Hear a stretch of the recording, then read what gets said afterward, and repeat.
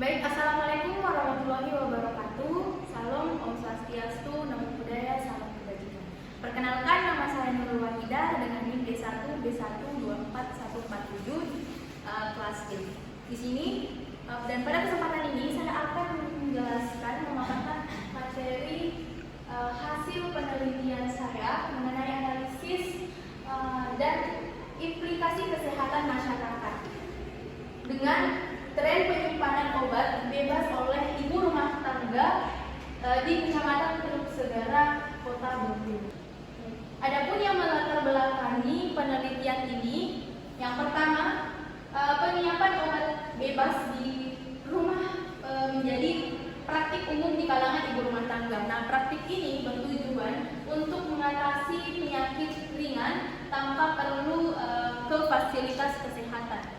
Yang kedua, ada kesalahan dalam penyimpanan obat dapat berdampak negatif pada efektivitas obat dan keselamatan keluarga. Nah, praktik ini dapat bertujuan untuk mengidentifikasi tren penyimpanan obat oleh ibu rumah tangga di Kecamatan Teluk Segara Bengkulu.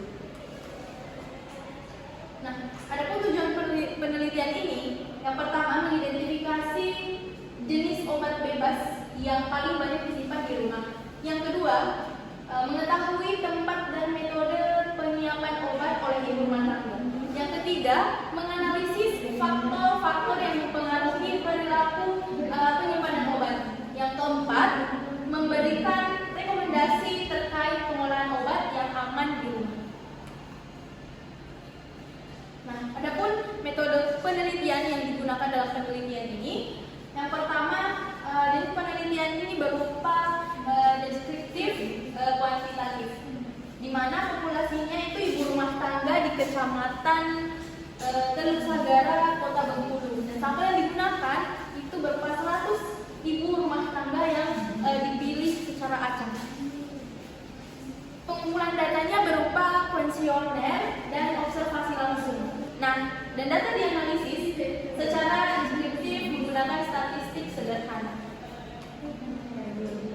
Nah, pada hasil yang ditemukan pada penelitian ini, ada beberapa jenis obat. Seperti paling banyak itu paracetamol sebanyak 90%, dan ada obat flu dan batuk 80%, obat salep atau lotion kulit sebanyak 75%, obat antasida atau MA itu sebanyak 60%, obat herbal dan atau obat tradisional itu 50%, dan ibu rumah tangga itu cenderung menyimpan obat-obatan yang digunakan untuk mengatasi gejala penyakit umum. Nah, hasil temuan dalam penyimpanan atau tempat penyimpanan obat itu tersendiri, kami menemukan lemari obat sebanyak 40%, dan dapur atau rak dapur 30%, kamar tidur 20%, dan ruang tamu atau ruang keluarga itu 10%. Masalahnya, sebagian besar tempat penyimpanan tidak sesuai dengan pedoman penyimpanan obat yang benar.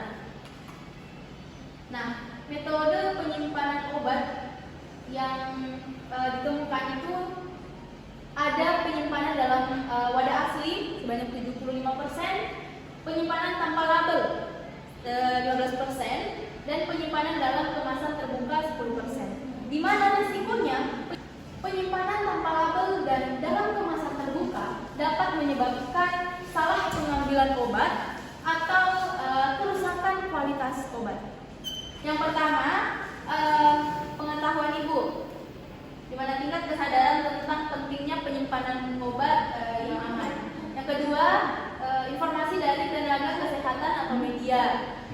Yang ketiga, jumlah anak di rumah, di mana rumah dengan anak kecil itu cenderung lebih sadar akan keamanan penyimpanan obat. Yang keempat, ada faktor ekonomi, di mana kesediaan fasilitas penyimpanan khusus seperti lemari obat. Nah, dampak penyimpanan obat yang tidak tepat, ada beberapa Jadi yang pertama itu pada paparan sinar matahari, suhu tinggi dan kelembapan dapat menurunkan kualitas obat. Yang kedua ada risiko kesalahan penggunaan, di mana salah ambil obat itu akibat penyimpanan tanpa label. Jadi kadang kita tanpa kita sadari obat yang kita ambil itu salah, entah itu pengonsumsian dengan dosis yang tidak tepat ataupun salah mengambil obat. Yang ketiga ada bahaya bagi anak, di mana anak-anak dapat secara tidak sengaja mengonsumsi obat jika obat disimpan di tempat yang tidak terjangkau. Dari penelitian dan dari masalah-masalah tadi, kami mendapatkan rekomendasi atau solusi, di mana yang pertama gunakan lemari obat khusus yang terkunci dan tahan anak. Yang kedua, simpan obat dalam kemasan asli dengan label yang jelas. Yang ketiga, hindari menyimpan obat di dapur atau kamar mandi karena suhu dan kelembapannya yang tinggi.